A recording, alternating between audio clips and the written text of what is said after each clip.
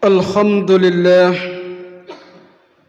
Alhamdulillahillazi hadana lihaza wa ma kunna linahtadi laula an hadanallah. Ashhadu an la ilaha illallah wahdahu la syarika lah wa ashhadu anna sayyidana Muhammadan abduhu wa rasuluh. Allahumma salli wa sallim wa barik ala sayyidina Muhammad wa ala alihi wa sahbihi ajma'in mujahidin at-tahirin. Amma ba'du, ayyuhal hadiruna rahimakumullah, usikum wa nafsi bitaqwallah faqad fazal muttaqun wa ta'atihi la'allakum tuflihun. Qala Allah ta'ala fil Qur'anil Karim, a'udzu billahi minas syaitonir rajim, bismillahirrahmanirrahim.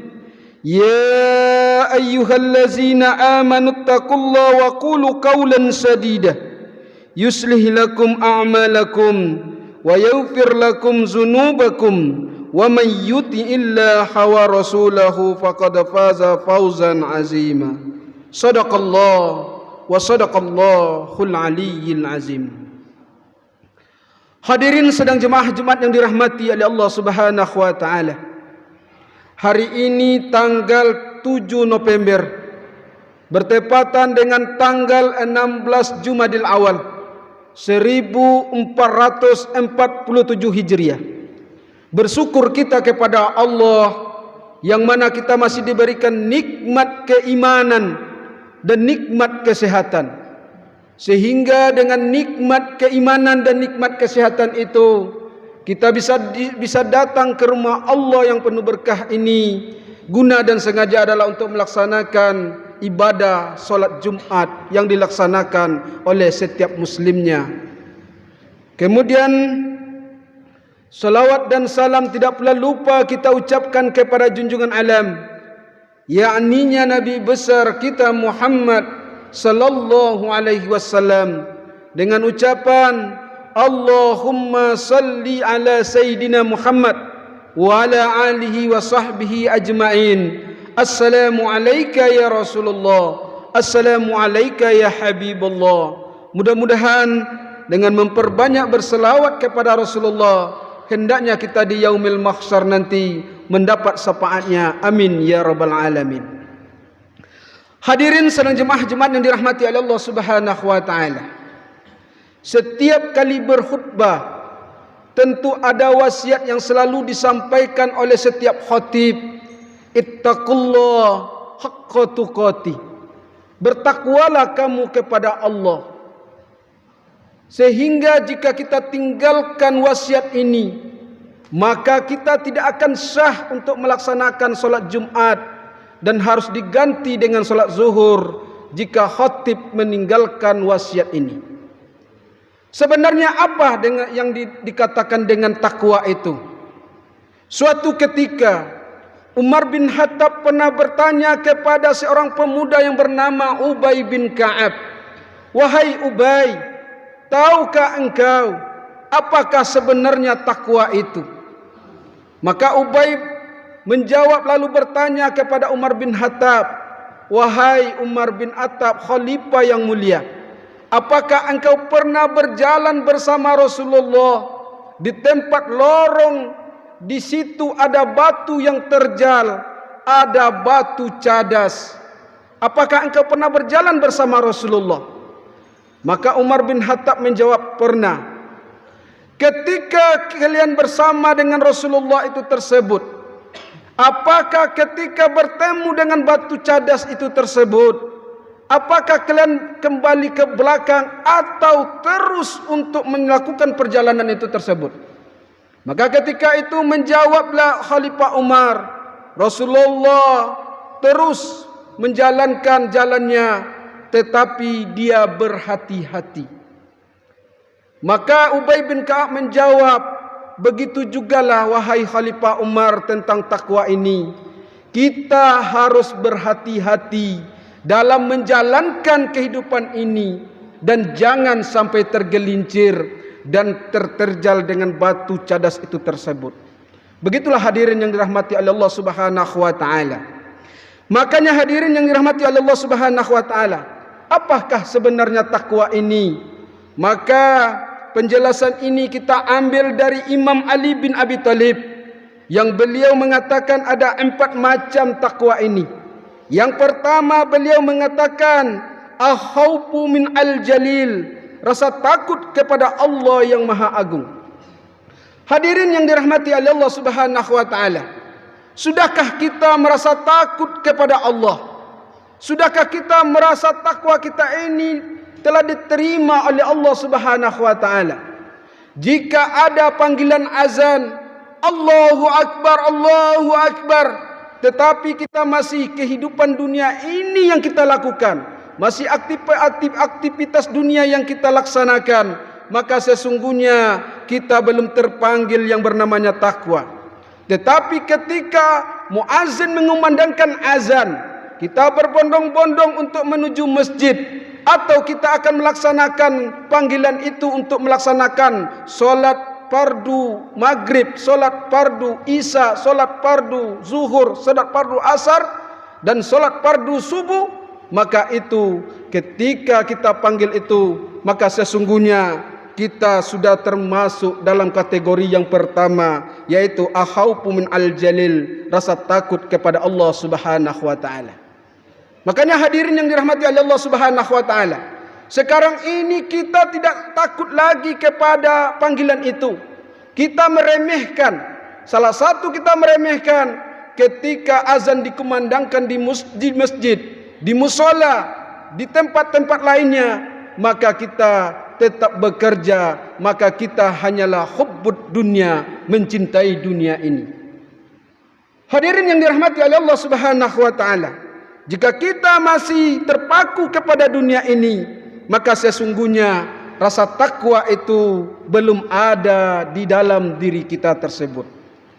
Yang kedua, al-amali bil antazil, mengamalkan Al-Quran.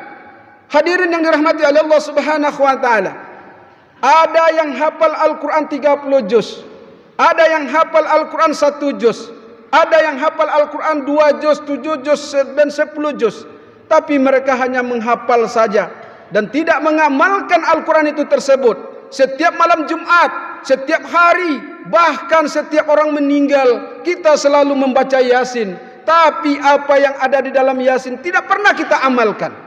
Makanya ketika itu Imam Malik pernah bertanya kepada Siti Aisyah, wahai Siti Aisyah, seperti apakah akhlak Rasul? Maka istri Rasul menjawab, akhlakul Rasul akhlakul Quran. Begitulah hadirin yang dirahmati oleh Allah Subhanahu wa taala. Kita saling berselisih paham masalah harta warisan, masalah kehidupan dunia ini, padahal rambu-rambunya sudah berada di dalam Al-Quran. Tentang harta warisan pun sudah diatur di dalam Al-Quran, di dalam surah An-Nisa, tetapi kita tidak pernah mengamalkan sedemikian. Kemudian yang ketiga, al-qana'ah bin al-qalil, merasa cukup dengan apa yang telah diberikan oleh Allah Subhanahu wa taala. Hadirin yang dirahmati oleh Allah Subhanahu wa taala, terjadinya pertumpahan darah, terjadinya perselisihan karena kita tidak merasa cukup dengan apa yang telah diberikan Allah Subhanahu wa taala. Seandainya orang kaya itu karena bekerja keras, maka kuli bangunan lebih dahulu kaya sebenarnya. Tetapi hadirin yang dirahmati oleh Allah Subhanahu wa taala, makanya Allah memberikan kudrat dan iradatnya. Maka jika kita akan menjadi orang yang terbaik di sisi Allah Subhanahu wa taala, kekayaan pun juga bisa dimiliki bagi orang-orang yang pemalas, yang mereka ini hanya tidur di rumah dengan menggunakan otak-atik komputer saja. Tapi hadirin yang dirahmati oleh Allah Subhanahu wa taala, inilah hadirin yang dirahmati oleh Allah Subhanahu wa taala, kita tidak merasa qanaah dengan yang diberikan oleh Allah Subhanahu wa taala, sehingga kita setiap harinya alhaqumut takasur hatta zurtumul maqabir. Kita berlomba-lomba untuk kehidupan dunia hingga kita masuk ke liang kubur.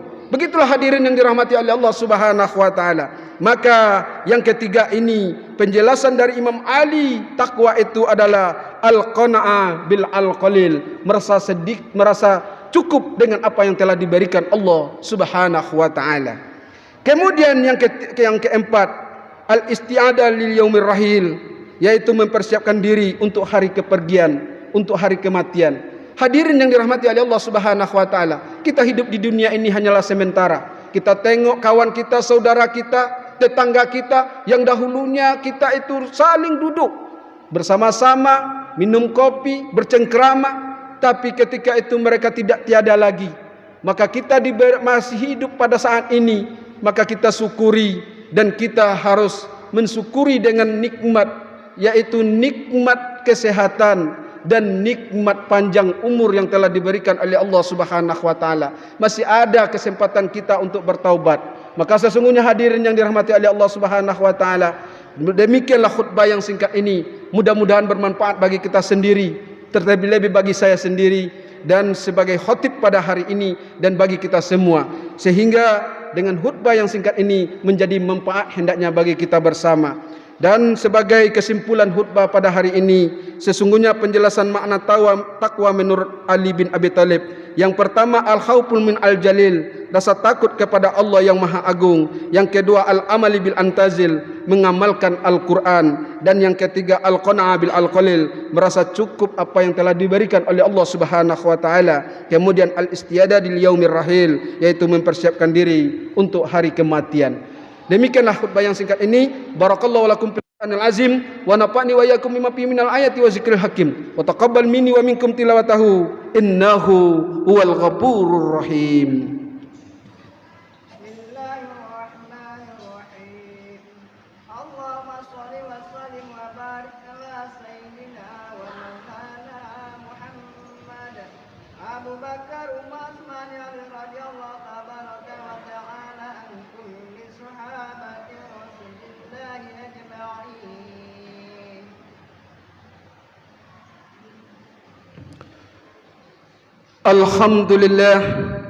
Alhamdulillahi rabbil alamin, wassalatu wassalamu ala asrafil anbiya'i wal mursalin wa ala alihi wa sahbihi rasulillahi ajma'in. Ashhadu an la ilaha illallah wahdahu la syarika lah, wa ashhadu anna sayyidana Muhammadan abduhu wa rasuluh. Allahumma salli wa sallim wa barik ala sayyidina Muhammad wa ala alihi wa sahbihi ajma'in mujahidin at-tahirin. Amma ba'du, ayyuhal hadiruna rahimakumullah, usikum wa nafsi bitaqwallah, faqad fazal muttaqun wa ta'atihi la'allakum tuflihun. Qala Allah Ta'ala fil Qur'anil Karim, a'udzu billahi minasyaitonir rajim, bismillahirrahmanirrahim. Innallaha wa malaikatahu yusholluna 'alan nabi, ya ayyuhallazina amanu shallu 'alaihi wa sallimu taslima. Allahumma shalli ala sayidina Muhammad wa ala ali Allahumma shalli ala sayidina Muhammad wa ala ali sayidina Muhammad kama shallaita ala sayidina Ibrahim wa ala ali sayidina Ibrahim, wa barik ala sayidina Muhammad wa ala ali sayidina Muhammad kama barakta ala sayidina Ibrahim wa ala ali sayidina Ibrahim fil alamin innaka Hamidul Majid. Allahumma fir lil muslimina wal muslimat wal mu'minina wal mu'minat bi rahmatika ya arhamar rahimin. Rabbana zalamna anfusana wa illam taghfir lana wa tarhamna lanakunna minal khasirin. Rabbana atina fid dunya hasanah wa fil akhirati hasanah wa qina azabannar. Walhamdulillahi rabbil alamin. Ibarallah, innallaha ya'muru bil 'adli wal ihsan wa ita'i dzil qurba wa yanhana 'anil fahsai wal munkar wal baghi wa 'izukum la'allakum tadhakkarun. Wa la zikrullahi akbar. Aqimus shalah.